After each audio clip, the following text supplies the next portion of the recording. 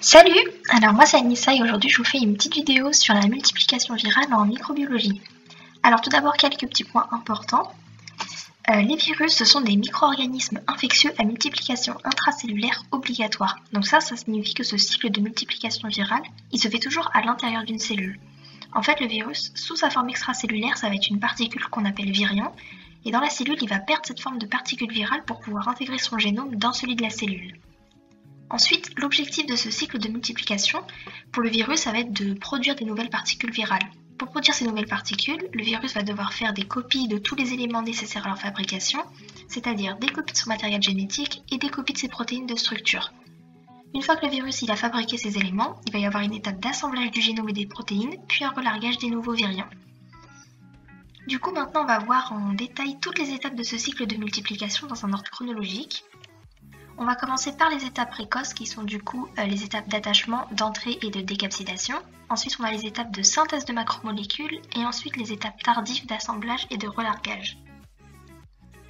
Du coup, on va commencer par les étapes précoces du cycle. On a le virus qui va rentrer dans l'organisme et qui va se déplacer dans cet organisme. Ce qu'il faut savoir, c'est que les particules virales, elles n'ont pas de mobilité propre en fait. C'est-à-dire qu'elles ne sont pas capables de se déplacer toutes seules. Elles vont donc se déplacer dans l'organisme au rythme des mouvements physiologiques de cet organisme qu'on appelle les mouvements browniens. Donc dans un premier temps, les particules elles se déplacent à la surface des cellules grâce à l'environnement et du coup c'est passif, aléatoire et non spécifique. Ensuite, à un moment, on va avoir un motif à la surface de la particule virale qui va reconnaître spécifiquement un motif à la surface d'une cellule cible. Ça va lui permettre du coup de s'attacher et de créer des liens plus forts. On dit qu'on a une spécificité d'hôte, donc c'est-à-dire en fait qu'un virus, il ne peut pas infecter n'importe quelle cellule. Il va pouvoir infecter une cellule que si celle-ci présente un récepteur cellulaire pour ce virus. Et aussi un petit mot sur ces récepteurs. Cellulaires, ce sont des récepteurs qui vont avoir des fonctions physiologiques pour l'organisme. Ils n'ont pas comme fonction principale d'être récepteurs de ce virus, mais le virus, il l'utilise comme porte d'entrée. Ensuite, juste un petit rappel sur la structure des virus pour comprendre la nature des protéines d'attachement. Il faut retenir que pour les virus nus, ce sont les protéines virales de la capside qui servent de motif pour l'attachement avec la cellule. Et pour les virus enveloppés, ce sont les glycoprotéines d'enveloppe qui servent de motif pour l'attachement avec la cellule via ce qu'on appelle les protéines de fusion. Ensuite, après l'attachement et la reconnaissance spécifique d'un récepteur, il va y avoir l'entrée du virus dans la cellule. Ce qu'il faut savoir, c'est que les modes d'internalisation des particules virales, ça va être les mêmes que ceux des macromolécules. Du coup, on retrouve des mécanismes de fusion et des mécanismes d'endocytose. Pour les virus nus, il va y avoir uniquement de l'endocytose, donc formation d'une vacuole cytoplasmique et internalisation de la particule virale. Pour les virus enveloppés, on peut avoir une fusion entre l'enveloppe virale et la membrane cellulaire. Et cette fusion, elle est possible en fait, c'est parce qu'au niveau de la composition, on a la composition de l'enveloppe virale et de la membrane cellulaire, en fait elles sont très proches, c'est des bicouches phospholipidiques et c'est pour ça que cette fusion peut se faire. On peut aussi avoir une endocytose, donc comme pour les virus nus, on va avoir formation d'une vacuole cytoplasmique et internalisation du virus. Et ensuite, dans l'endosome, il va y avoir un abaissement du pH et ça va favoriser en fait un mécanisme de fusion secondaire.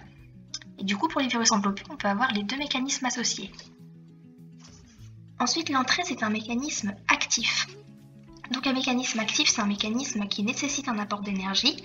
Et cette énergie, elle provient de la cellule cible et pas du virus. Parce que le virus, il n'est pas capable de produire sa propre énergie. Et du coup, là, il détourne les mécanismes cellulaires pour pouvoir entrer dans la cellule. Une fois le virus entré, il va y avoir un transport intracellulaire de la nucléocapside. Du coup, on va avoir une étape de décapsidation après. L'étape de décapsidation, c'est ce qui correspond à l'étape de libération du matériel génétique.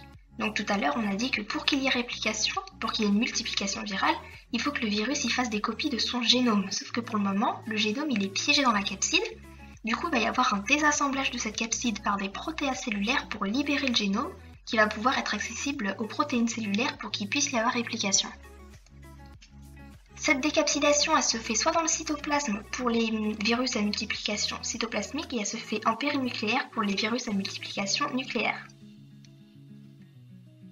Ensuite, après les étapes précoces, on arrive aux étapes de synthèse de macromolécules avec la réplication des génomes viraux, la fabrication des ARN messagers et la synthèse des protéines.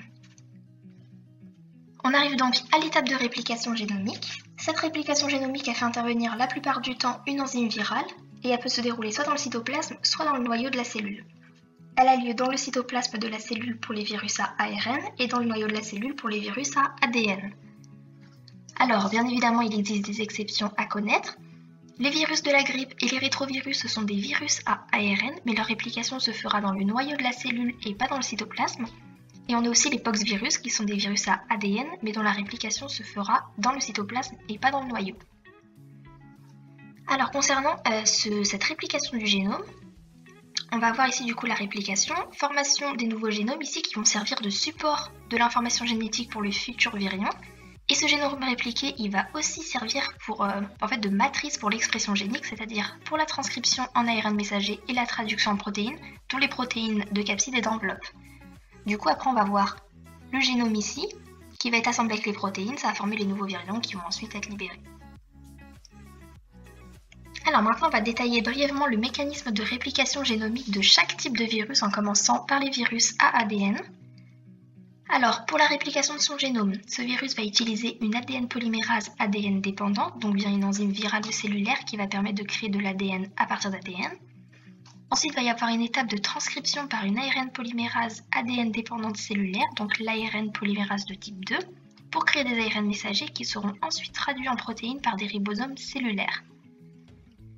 Alors, concernant l'ADN polymérase ADN dépendante, elle va être virale ou cellulaire en fonction de la taille du virus. En fait, les virus les plus petits, ils ne vont pas pouvoir coder pour leur propre enzyme et du coup, ils vont utiliser l'enzyme cellulaire, alors que les plus gros virus, ils vont pouvoir coder pour leur ADN polymérase ADN dépendante et du coup, ils vont utiliser leur enzyme virale.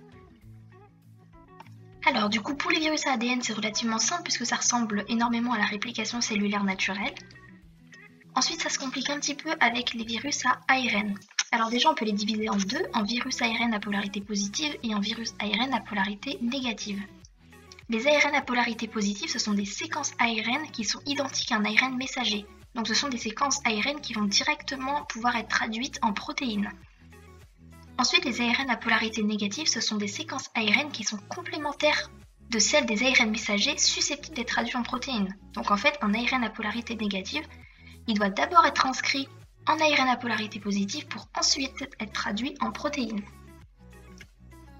Du coup, pour les virus ARN, la réplication et la transcription, ça se fait par une enzyme virale qui est l'ARN polymérase ARN dépendante, du coup on produit bien de l'ARN à partir d'ARN, puis la traduction se fait encore une fois par des ribosomes cellulaires. Les ribosomes c'est toujours cellulaire, ça n'existe pas les ribosomes viraux. Tous les virus ARN codent pour une ARN polymérase ARN dépendante, sauf les rétrovirus. Donc pour les rétrovirus, c'est encore différent. Les rétrovirus, ce sont des virus à ARN qui vont devoir être rétrotranscrits en ADN pour pouvoir intégrer leur génome dans l'ADN cellulaire. Du coup, on part d'une matrice ARN, on va avoir l'action d'une enzyme virale qu'on appelle la transcriptase inverse. Cette enzyme, elle n'existe que chez les virus. On se retrouve donc avec de l'ADN produit à partir de l'ARN. Cet ADN viral, il va être intégré dans l'ADN cellulaire par une enzyme virale qui est l'intégrase virale. Et ensuite, on revient sur un schéma habituel avec une transcription de cet ADN en ARN messager par une ARN polymérase ADN dépendante cellulaire, puis une traduction en protéines par des ribosomes cellulaires. Pour finir, on va voir les étapes tardives d'assemblage et de relargage, du coup construction des nucléocapsides et libération des virions infectieux.